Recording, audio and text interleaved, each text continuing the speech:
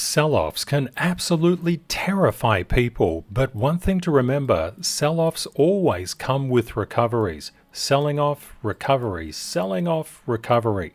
It's the recovery that we're really interested in. In this video, I'm going to analyze 3 sell-offs, and I'm also going to look at US liquidity. This is a video you don't want to miss. Let's run the numbers.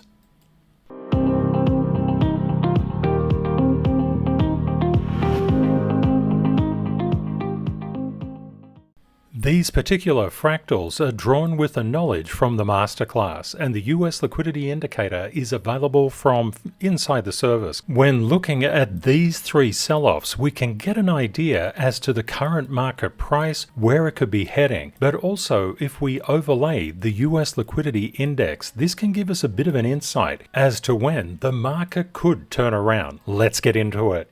We're going to be applying the knowledge from the Masterclass from TG35. Always do your own fractals. A very big congratulations to Lorenzo, who was the awardee of the Joe D. CTKS Partial Masterclass Scholarship. Congratulations, my friend. That's just awesome. If you applied for the scholarship and you missed out, and there were so many incredible entries, please know it's not too late. Shah and Al have very kindly offered a CTKS Ambassador Partial Masterclass Scholarship. If you would like to be considered for this new Partial Masterclass Scholarship, the link is right in front of you. Even if you have applied before, please use that link and apply again. In that way, we'll know that you're keen and ready to go. And thank you again to Shah and Al. Very kind of you both. By drawing fractals, we can compare a slice of price action to the current price action. I'm going to cut right to the chase. If we get a P2 sell-off, we would expect a lower price of around 51,000 and an upper price of around 64,400. We would also anticipate that that could take about 28 days to get to if this P2 fractal plays into account. If the P1 fractal plays into account, we would expect a low of around 48,333 in 13 days' time. We would expect a high of 37 days forwards at 63,349. So this one could take a bit of time if we get a sell-off like this and a recovery like that. Now, if we get the previous sell-off, which was the unwinding of the Japanese carry trade, we can see that we've already just bypassed by 8 days that big descent down, that capitulation candle. So we're not seeing that in the market as well, and not at the current time. And if we do get this kind of recovery, we would expect in 10 days to hit 60,825. Using the knowledge of the Masterclass, I basically took this fractal, this P2 fractal, and overlaid it. I'll show you. What I've done here is to overlay this particular fractal right here. That's why we see an uptake in about 28 days to the 64,420 mark. And in about 8 days, it could go down again to around 51,000. But just notice this big retracement that occurred here. You can ride these waves very profitably and very effectively. Let's have a look at the P1 sell-off. Here we saw the P1, now let's pop it on.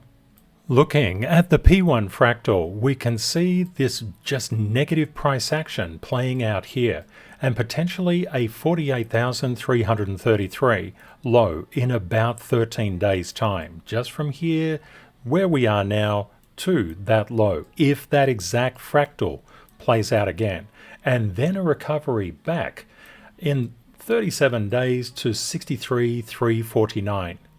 Let's have a look at the remaining sell-off, the P0 fractal. We've already missed that low by 8 days. And if we get the recovery, which would be a modest recovery, to 60,825, I know that's going to make a lot of people really happy. Please let me know your thoughts inside the comments. Do you think that we're going to see more sell-off into that 48 to 51 range? Or do you think we're just going to start recovering up to the 60 or even 64 mark?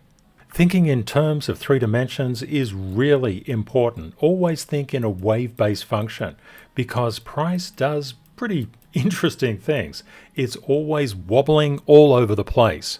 If you're liking the content so far, please smash that like button and don't forget to subscribe. We have one of the best communities on YouTube. I think they're the best.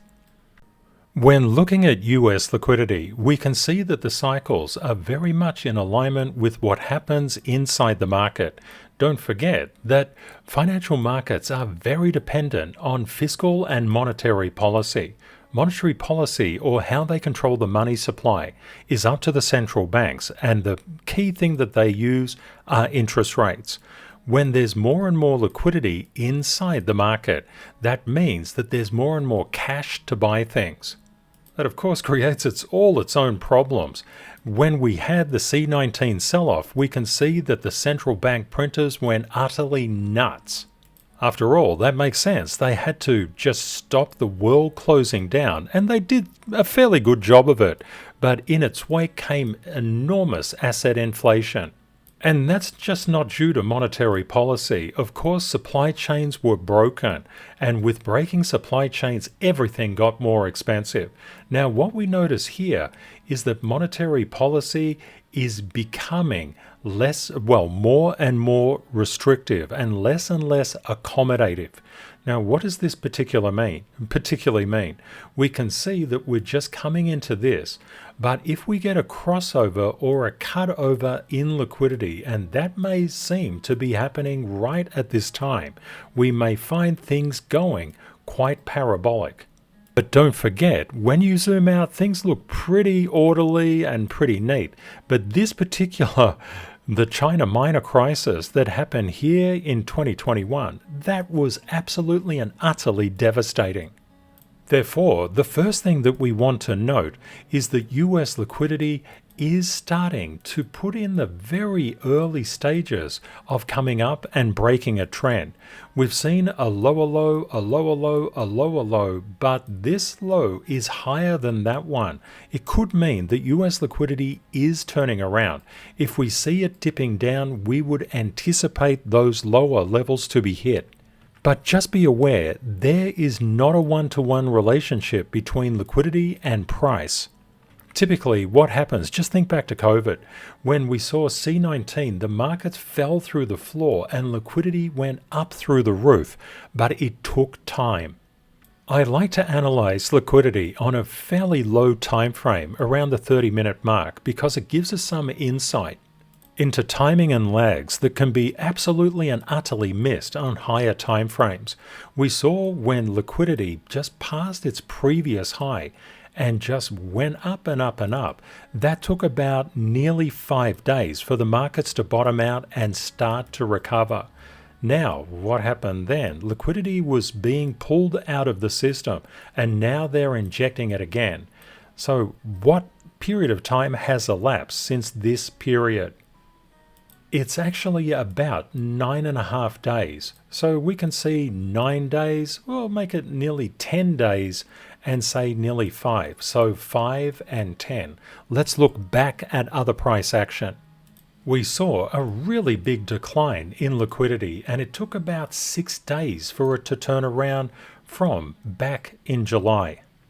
Just after the first week in April, the increase in liquidity didn't stop the market from coming down. Always remember, things aren't a perfect relationship, just like life. And then we saw, as liquidity bottomed out and started to go up, pretty much the same thing happened to price. There was no real lag in there. What about this action here? Well, it was about 4 days, say about, nearly 5 days, until it started to just get up to that particular peak and then just keep going. But you can see the market started to weaken. It is not a perfect indicator, but it does give us an insight. We can see then that if liquidity keeps on increasing, we would expect that we're close to a turnaround in price. But keep your eye on liquidity. If it starts to fall down, we could expect those lower levels. But the real thing that we absolutely and utterly must look at is the structure. Whilst looking at structure, I'll actually answer Lucas's question. Ken, how to know if structure is strong or weak? What we can see here is we're literally at a level of structural resistance, and that particular level has been hit and is giving Bitcoin a little bit of a head banging at the moment. We have a stronger level above it, just south of 56,200. We can also see support around this level, just north of the 53,800 mark. Remember that 8-day P2 sell-off, that resides just a little bit below a structural support level, but there is a negative fair value gap, or what we call negative air, existing inside Bitcoin's market structure. That means it could move down rather quickly and catch a lot of people off guard, overshoot that level, and get caught by that 13-day P1 sell-off level if things go negative. Don't be at all surprised if we get negative momentum. It could move down very quickly and very sharply. This is the only way to tell if a big move can happen. And we're the only methodology that can actually predict negative and positive fair value gaps before they occur. And if you would like to learn how to create this, you can just apply for the scholarship. Just zooming in a little, you can see around this 54,180 mark, there's structural support, and the 55,402, there is structural resistance. We can see the price has been trying to bypass that particular structural level. It's starting to get above it. That was a failure, and that was a failure, but this could be a pass. If we start to find that we get higher highs through here, we're heading up to the $56,000 area. But if we start to see weakness in price, we would imagine that we're going down to about that 54,100. It's so vitally important to know where the actual structure is, that is, the statistically significant structure that exists in every price chart. And if you would like this indicator, it's available from ctksmethod.org. The real purpose of structure is to see if there are enough safety nets to reverse the price. If we find that we're losing structural support, we anticipate to get caught around structural levels. That's why it's so important to see price is recovering and starting to make positive inroads. Getting above that 56,000 is a really key thing for Bitcoin to accomplish. It will push the entire crypto market up. According to Level 1 and Level 2 standard certification, we can combine those lines, which are called SLs or Stanfield levels, also called CTKS levels, into groups called SCs or Stanfield zones. What happens here is that we can see more visually where the structural resistance and structural support levels are inside the market. So therefore, to come up in 10 days' time, we'll be moving through these structural levels. When you get to structure, it will tend to push price down because there is a lot of sellers here seeking to push price down. So this is something that you must be aware of.